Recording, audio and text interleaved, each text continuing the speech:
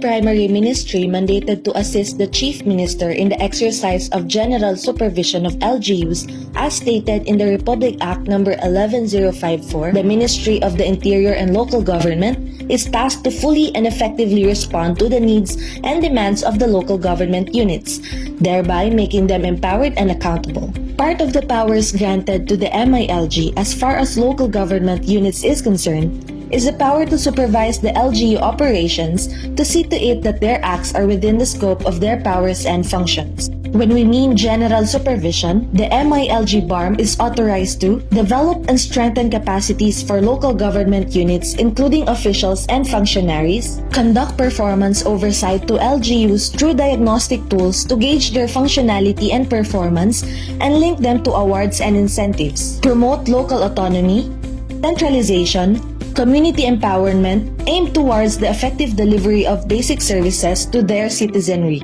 This is the strategic doctrine of the ministry. Our vision is an esteemed ministry transforming local governance for a peaceful, progressive, and resilient Bangsamoro. We exist because this is our mission. The MILG enable local governments to become inclusive, accountable, responsive, and participatory and promotes public safety. What we intend to do to carry out our ministry's mission are the following goals.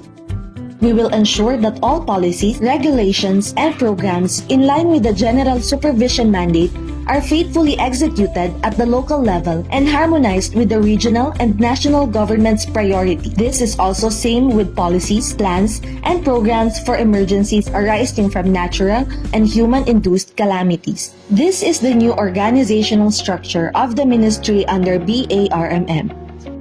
MILG BARM is composed of 3 ministry services and field offices. Ministry services are Management Support Services, which formulates and implements policies and programs on matters related to internal capacity of the ministry. Operations Management Services, which formulates and implement policies and programs focusing on the LGU operations and its local officials and functionaries. Interior Affairs Services, which formulates and implements policies and programs that will promote and enhance public order and safety and to meet local emergencies arising from natural and human-induced disasters. Field offices to include 5 provincial offices, 3 city offices, and Barangay Development Coordinating Office catering to 63 barangays comprised as new special geographic areas of the region. Our strategic doctrine is being translated to 4 major objectives. 2 are directly linked to our direct clientele, which are the LGUs, and another 2 are focused on internal capacity of the ministry to include effective convergence with other ministries and development partners. On local governance objectives, we intend to improve LGU functionality and performance and to foster resilient LGUs and communities. On internal objectives, being in the strategic position to influence and transform the LGUs towards moral governance, there is a need to harness the capacities of our workforce and to collaborate effectively with other regional agencies and development partners. Guided by its strategic doctrine, the ministry has developed 41 flagship programs to be implemented in the next 3 years. These programs will complement our regular services of providing on-site coaching and mentoring to local government for effective governance. These are being anchored on the strategic objectives set by the ministry. 10 of them will be implemented for the internal capacity effectiveness of the ministry. 31 programs will be expectedly implemented for our direct clientele, which are the LGUs. The 31 flagship programs of the ministry for calendar year 2020 are being categorized based on the 2 outcomes. We have programs aimed to improve LGU functionality and performance, categorized programs under local government supervision, local government awards and incentives, and local government capacity development. Foster resilient LGUs and communities, categorize programs under peace building and public safety, and disaster resilience. The programs are all contributory to the BARM overall societal goal, which is upliftment of the lives of the Bangsamoro and establishment of the foundations of self-governance through moral governance, as articulated by Chief Minister Ahod B. Ibrahim Al-Haj in his 12-point Regional Development Agenda. The MILG BARM Outcome Framework established the link of the overall outcome of the ministry initiatives to that of BARM societal outcome. Specifically, based on our primary goal to improve the functionality and performance of constituent LGUs, we intend to play a pivotal role in helping our LGUs harness their capacities to contribute to governance sector outcome, which is establish the foundations for an inclusive, transparent, accountable, responsive, and efficient governance, then finally contribute to the achievement of BARM societal outcome. The overall outcome will be pursued under the three key result areas of MILG. The regional strategic initiatives will include, among others, making LGUs functional and performing as effective partners of the regional government in the effective delivery of needed services and establish public safety and disaster resilience.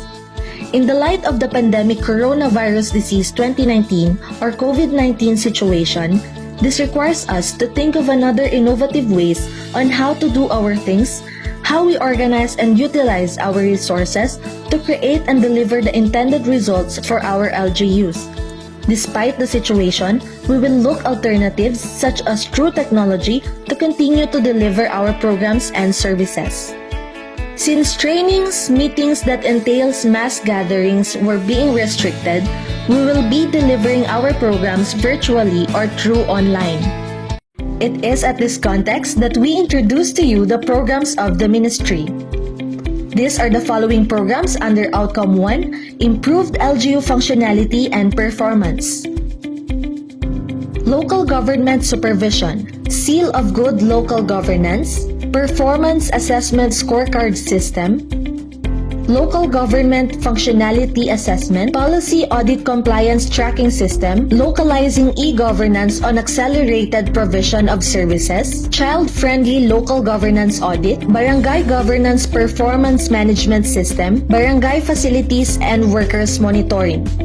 Local Government Development, Newly Elected Officials Orientation Program, Technical Assistance on Planning, Budgeting and Local Legislation, Revenue Enhancement Assistance for LGUs, Harnessing Organizational Proficiency and Effectiveness, Tamang Alituntunin at Hakbang Alay ng Responsableng Kaagapay Program, Bangsamoro Local Economic Support Services Program, Local Government Facility Development Program, Construction or Rehabilitation of Barangay Halls, Local Government Awards and Incentives, Salamat Excellence Awards, Performance Challenge Fund, LGU Grant Assistance for Innovative Practices, Lupong Tagapamayapa Incentive Awards. These are the following programs under Outcome 2, Resilient LGUs and Communities. Public Safety and Peace Building, Strengthening the Regional Peace and Order Council, Strengthening Local Peace and Order Councils, Strengthening Local Anti-Drug Abuse Councils, Project Tugon,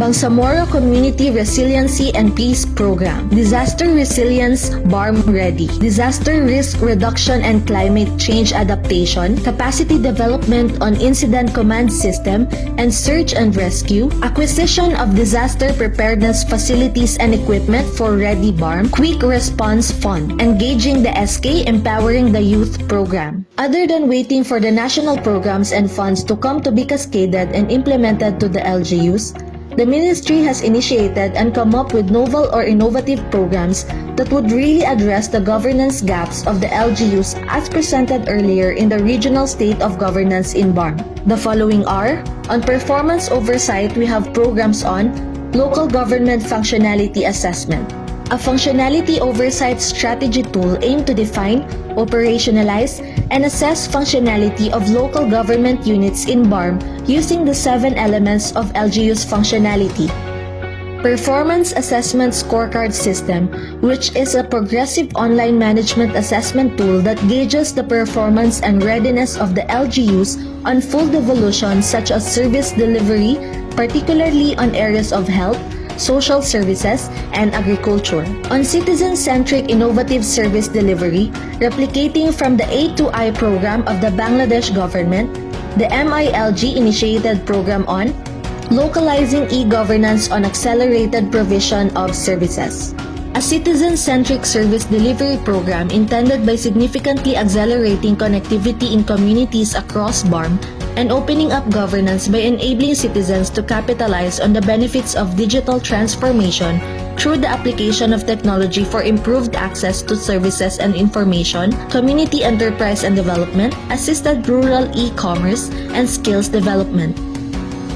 On awards and incentives, we have programs on Salamat Excellence Awards, named after Amirul Mujahideen Hashim Salamat in honor of his integrity and selflessness service to the Bangsamoro. Salamat Excellence Award is an award and incentive program for local officials for bringing public esteem to perform and deliver better services to their constituents. LGU Grant Assistance for Innovative Practices.